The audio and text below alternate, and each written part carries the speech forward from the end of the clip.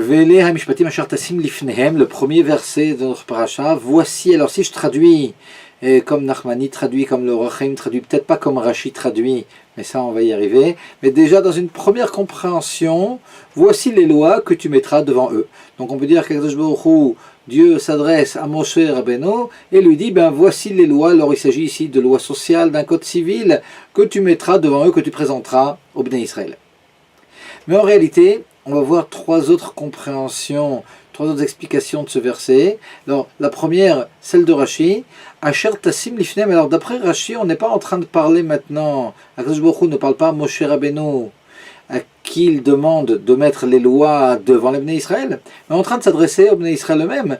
On leur dit, ben voici les sujets que tu mettras devant eux. De qui s'agit-il? Devant les juges des tribunaux rabbiniques et pas devant des juges profanes et pas devant des juges non juifs. Finalement, alors d'après l'explication de Rashi de ce verset, ce que le verset veut dire, c'est qu'attention, les lois qui vont être amenées ici devront être tranchées par des juges de tribunaux rabbiniques et pas par n'importe quel juge de n'importe quel tribunal. Asher Tassim Lifnem, tu apporteras finalement tes différends devant eux, devant les juges rabbiniques précisément, et pas devant d'autres. Et ça, ben, c'est basé sur un limoud, un enseignement que l'on trouve dans le traité de Gittin, à la page 88. Alors ça, c'est la première explication. La deuxième explication, Asher Tassim Lifnehem, alors c'est basé sur un enseignement que l'on retrouve aussi dans le Talmud, dans le traité de Hérovin, à la page 54. Et là-bas, ce que nous dit la Gemara, ce que nous dit le Talmud, Asher Tassim Lifnehem. Alors ici, Lifnehem, il ne s'agit pas de devant eux, les lois que tu apporteras devant eux, devant les juges, mais Asher Tassim Lifnehem, que tu présenteras Lifnehem, les filles Kol Apanim Shelehem, selon toutes leurs facettes. Alors quelque chose de complètement différent. Lifnehem ici, alors il ne s'agit pas de devant eux, devant des personnes, devant ici des rabbins, devant des juges, mais Lifnehem, voici les lois que tu leur présenteras, Lifnehem, d'après toutes leurs facettes. Alors on reparle maintenant à nouveau des enfants d'Israël, et Kadosh Baruch Hu dit à Moshe Rabbeinu, attention, quand tu expliqueras la Torah au Bnei Israël, lorsque des rabbins expliqueront la Torah, alors ils devront faire attention, et nous dit le traité le Talmud dans le traité de Hérovin, de ne pas donner uniquement l'enseignement bottom line, la dernière ligne, mais Asher Tassim Lifnem, il faudra tout le temps expliquer Lifnem d'après toutes les panim, d'après toutes les facettes, bien expliquer les raisons, le pourquoi, le comment, etc. de ce que l'on va transmettre en matière de Torah. Ça, c'est la deuxième explication. La troisième explication, Asher Tassim Lifnehem, c'est une explication qui est rapportée par le Admor Hazaken, par le Baal HaTanya, l'auteur du Tanya, Rabbi Shlomo Zalman de Liadi, qui nous explique Asher Tassim Lifnehem, que tu mettras en eux profondément. La pnimiut, pnehem, c'est la profondeur. Donc ici, Asher Tassim Lifnehem, voici les lois que tu feras pénétrer bien profondément chez les Bnei Israël, finalement, que tu devras expliquer de façon ésotérique, tu devras leur expliquer ça de façon profonde, pas uniquement un premier niveau, mais un deuxième, troisième, quatrième niveau. Tu devras absolument aller jusqu'au fond des choses. D'ailleurs, c'est basé quelque part, il y a peut-être une petite allusion à cette exégèse de ce verset dans le Talmud de Jérusalem, qui nous dit Asher Tassim, le mot Tassim que tu mettras, il est en rapport, il y a un jeu de mots qui est fait avec Samouille. Alors là, on est en train de jouer avec un signe qu'on transforme en Samer. Samouille, c'est tout ce qui est caché. Asher Tassim Lifnehem, nous dit le Talmud de Jérusalem. Il y a aussi une allusion au côté caché de la Torah. Donc ça va en rapport, ça va de pair avec ce que dit le Admor Hazaken, Asher Tassim Lifnehem, voici les lois que tu expliqueras profondément au Bnei Israël. Donc, si l'on résume, on a ici trois façons de comprendre le pasuk.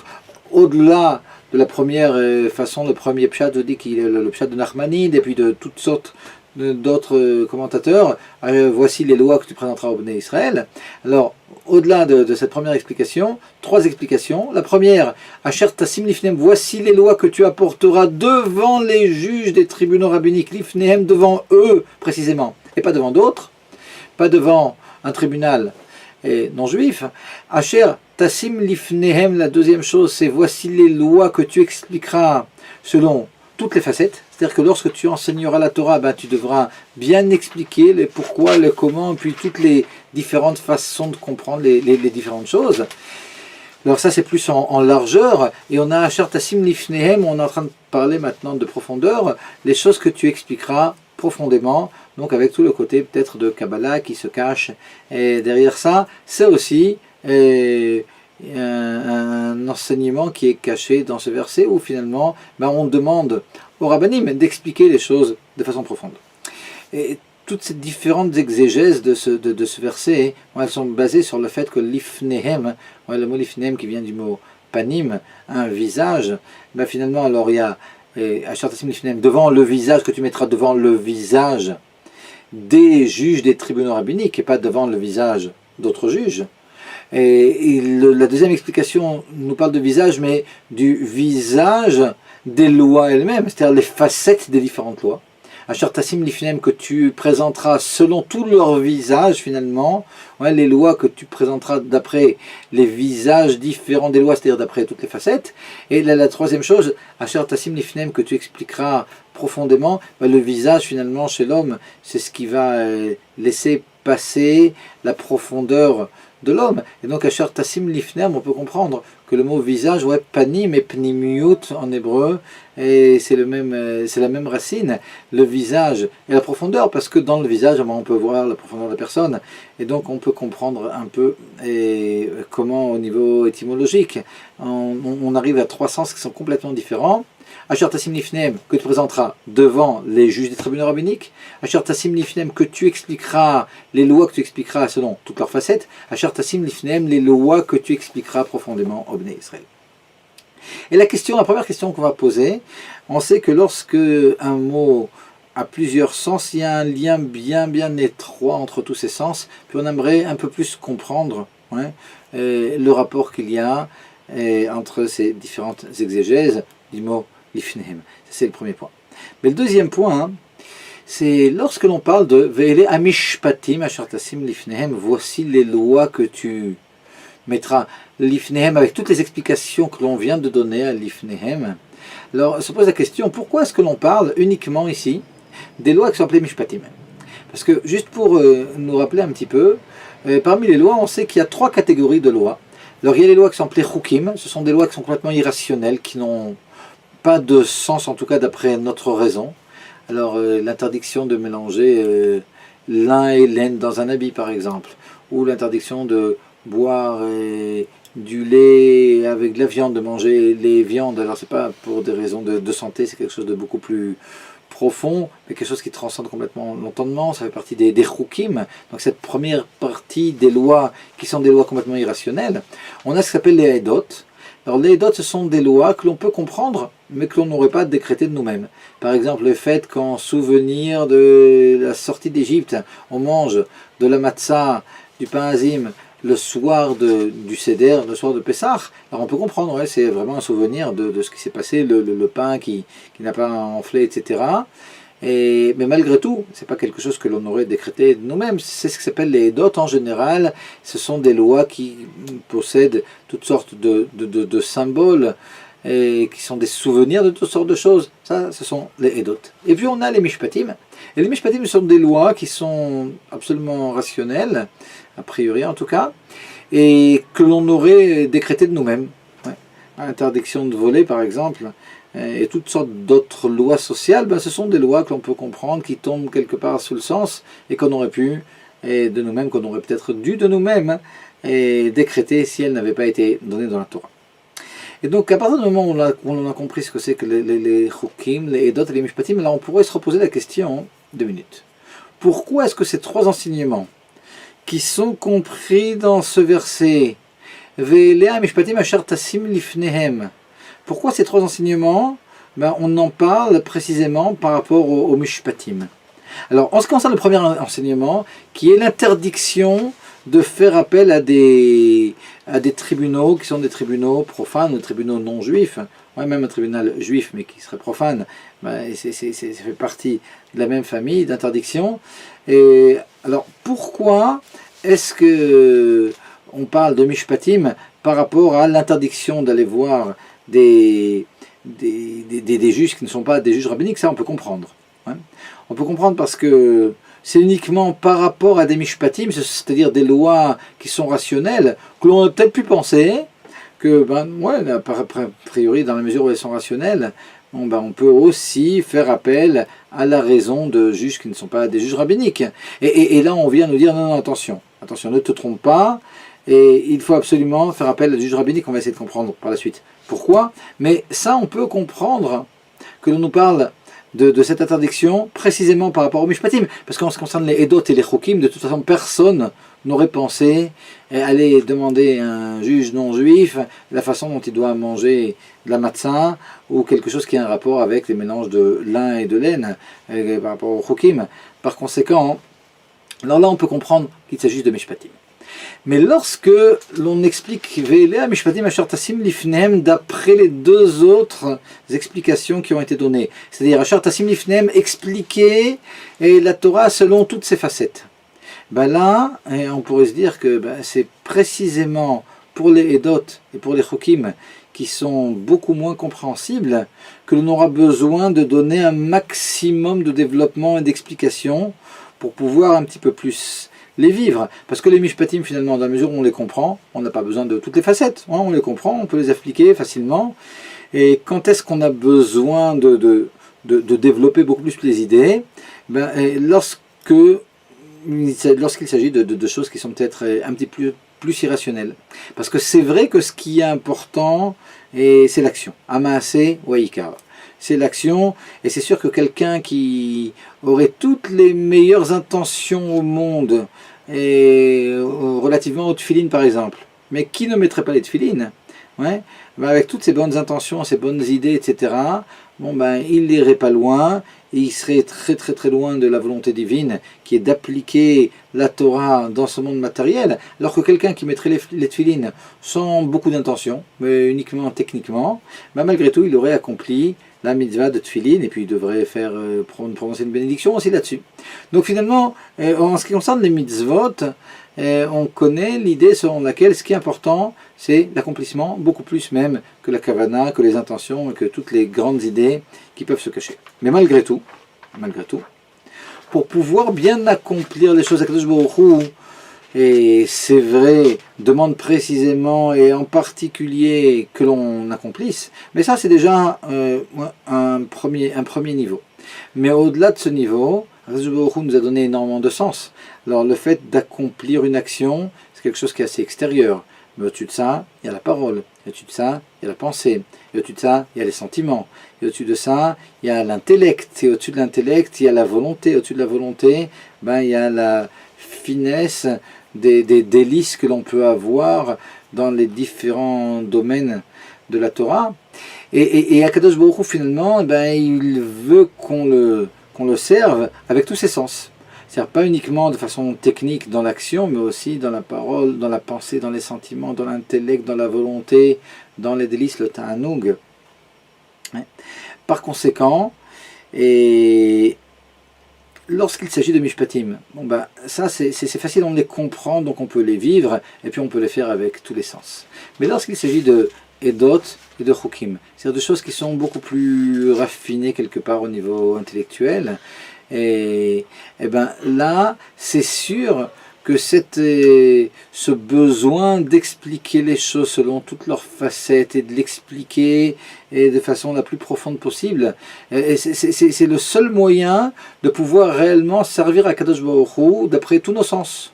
Parce que lorsqu'on fait des chokim qu'on ne les comprend absolument pas, ok, on peut les faire de façon technique, ok, il y aura l'action. Mais comment réveiller en nous les choses qui sont plus profondes, l'intellect? Alors au moins que l'on comprenne qu'on ne peut pas comprendre, ça aussi ça réveille un certain intellect.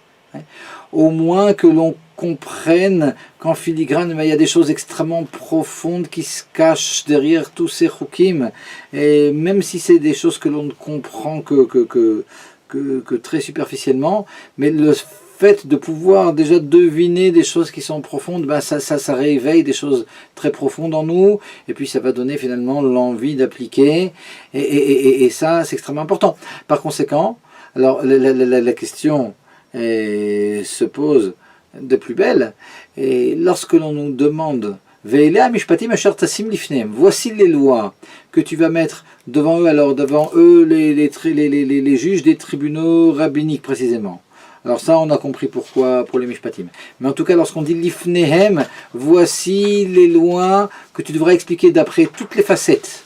Lifnehem lepnimiutam, voici les lois que tu devras expliquer de façon profonde. Alors toutes les facettes, de façon profonde, ben, c'est encore plus vrai ce besoin lorsqu'il s'agit de Edot et de Chokim. Et donc on est resté avec notre question, à savoir pourquoi est-ce que c'est précisément par rapport aux mishpatim, c'est-à-dire aux lois qui sont des lois rationnelles, que l'on ait ces exigences, encore plus même que pour les Edot et les Chokim, parce que c'est des mishpatim ici qu'il s'agit dans notre verset.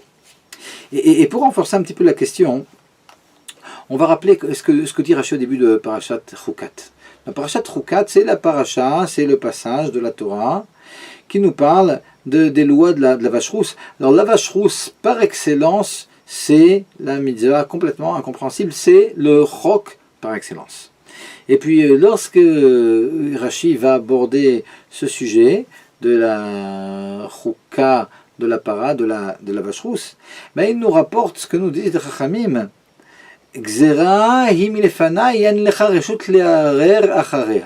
Il s'agit d'un décret qui émane de moi, et tu n'as pas le droit d'avoir et de remettre en question ce décret.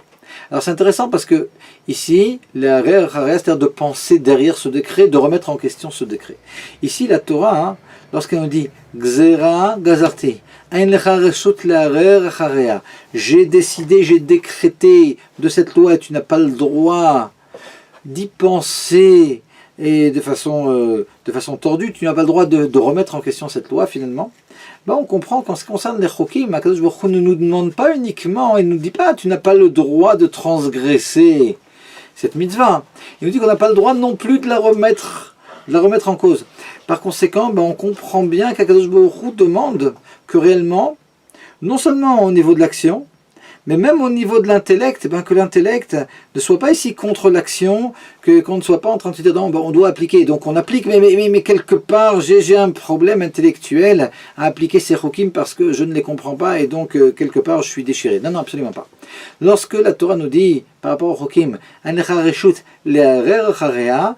ce qu'elle nous fait comprendre, c'est que quelque part, même au niveau intellectuel, même lorsqu'il s'agit ici de chokim, donc de choses qui sont complètement irrationnelles, ben au niveau intellectuel, on doit être complètement apaisé et notre intellect finalement doit complètement être en symbiose avec cette application qui n'est pas censée nous déranger parce que l'on a bien approfondi tout le sujet puis on a bien compris qu'il y a des choses qui sont complètement irrationnelles et puis Akadosh Baruch Hu lui-même est irrationnel et donc on comprend qu'on ne peut pas tout comprendre et donc on vit sans aucun problème avec tous ces sujets.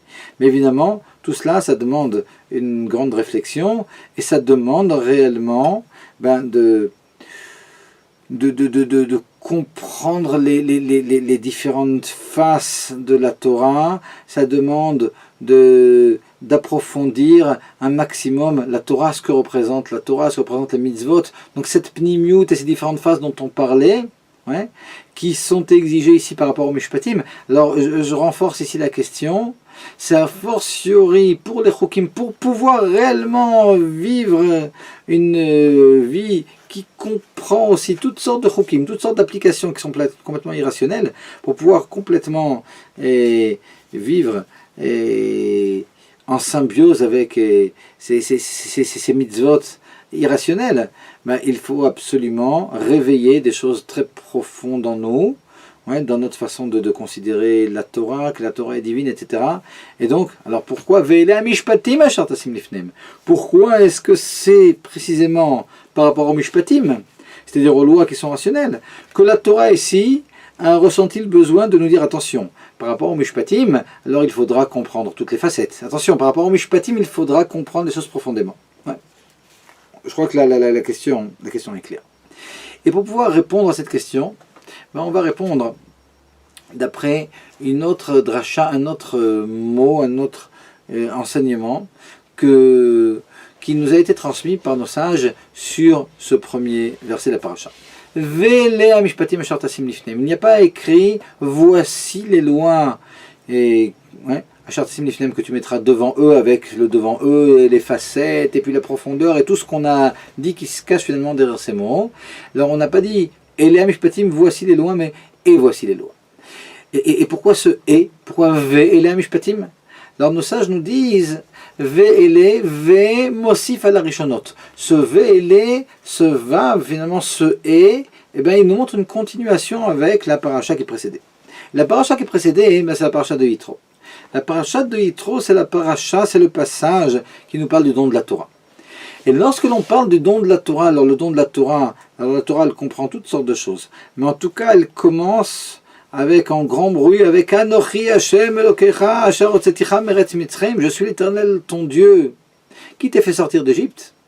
Lo yeh lecha Elokim achrim al panai, tu n'auras pas d'autre Dieu que moi.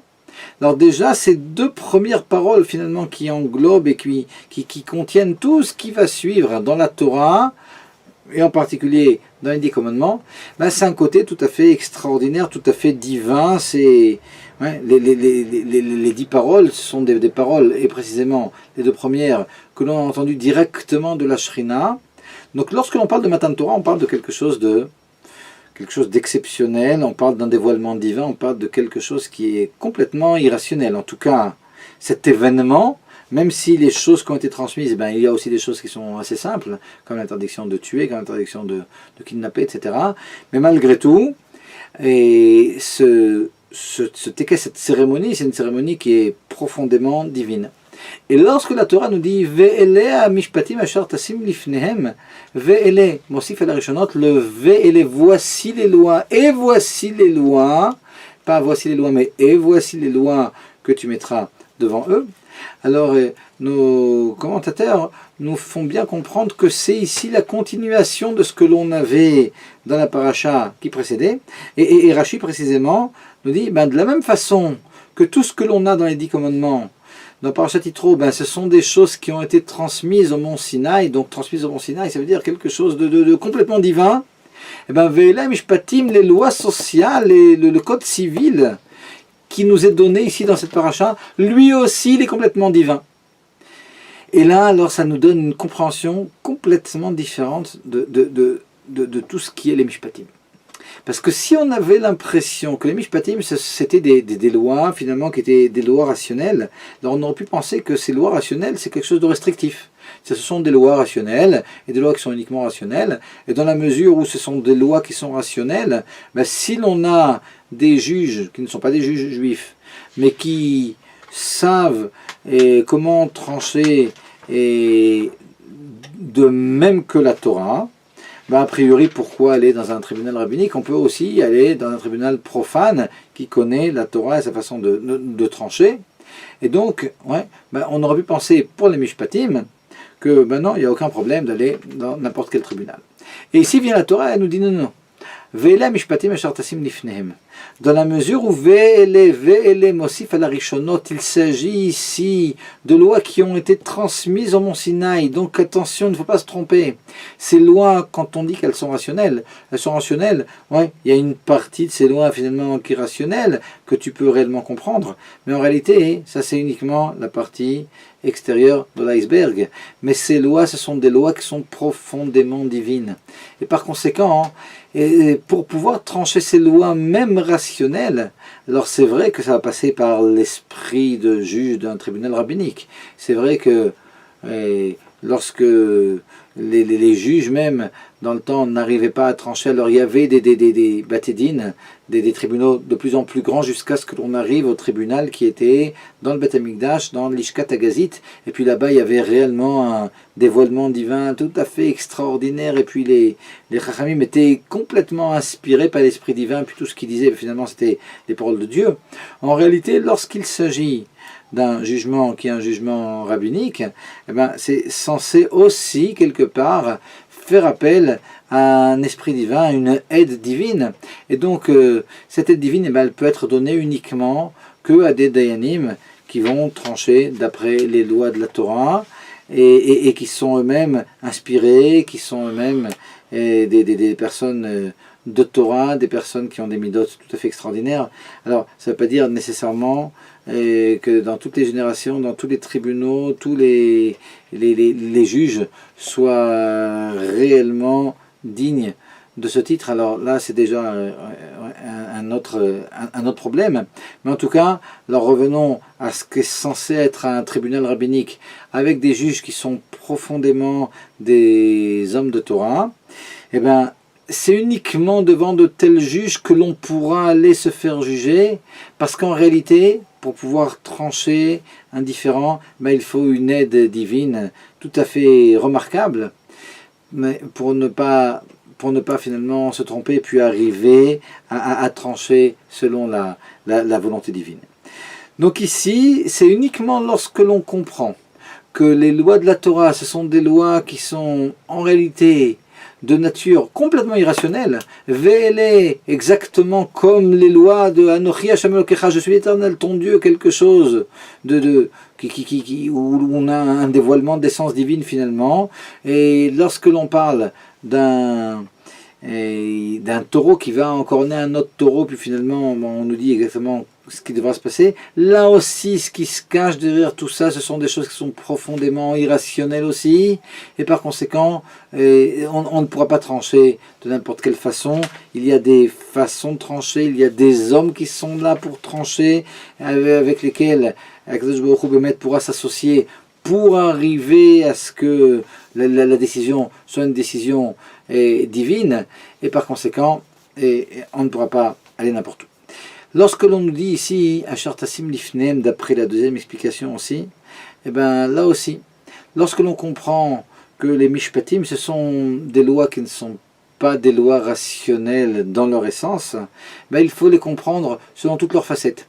Alors vous savez, et parfois alors, sur un sujet, alors on va étudier le sujet, puis on va s'apercevoir qu'il y a l'avis de Rabbi Yoshua et l'avis de Rabbi Eliezer. Alors souvent on a tendance à se dire non, c'est Rabbi Eliezer qui a raison. Ouais, c'est comme ça que je comprends. Alors, si on pense pouvoir trancher nous-mêmes entre Rabbi Eliezer et Rabbi Yoshua, quand bien même la Gemara, le Talmud lui-même finalement aurait tranché comme Rabbi Eliezer, mais si nous on comprend finalement l'avis de Rabbi Eliezer et puis on prend position, c'est qu'on n'a rien compris. Parce qu'en réalité, Rabbi Eliezer et Rabbi Yoshua, les deux étaient complètement inspirés de la même façon de l'Esprit divin. Et Elo, Ve'elo Divrei Elokim Chaim. Celles-ci, ces paroles-ci, comme ces paroles-là, sont les paroles du Dieu vivant.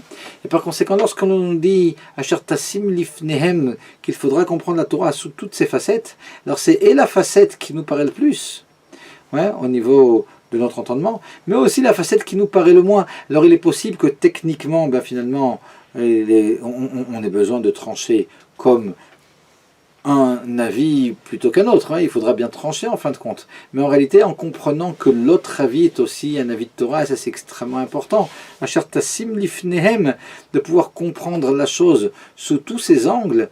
Alors non seulement les angles qui vont bien avec mon ratio, mais aussi les autres, ça c'est extrêmement important dans les Mishpatim.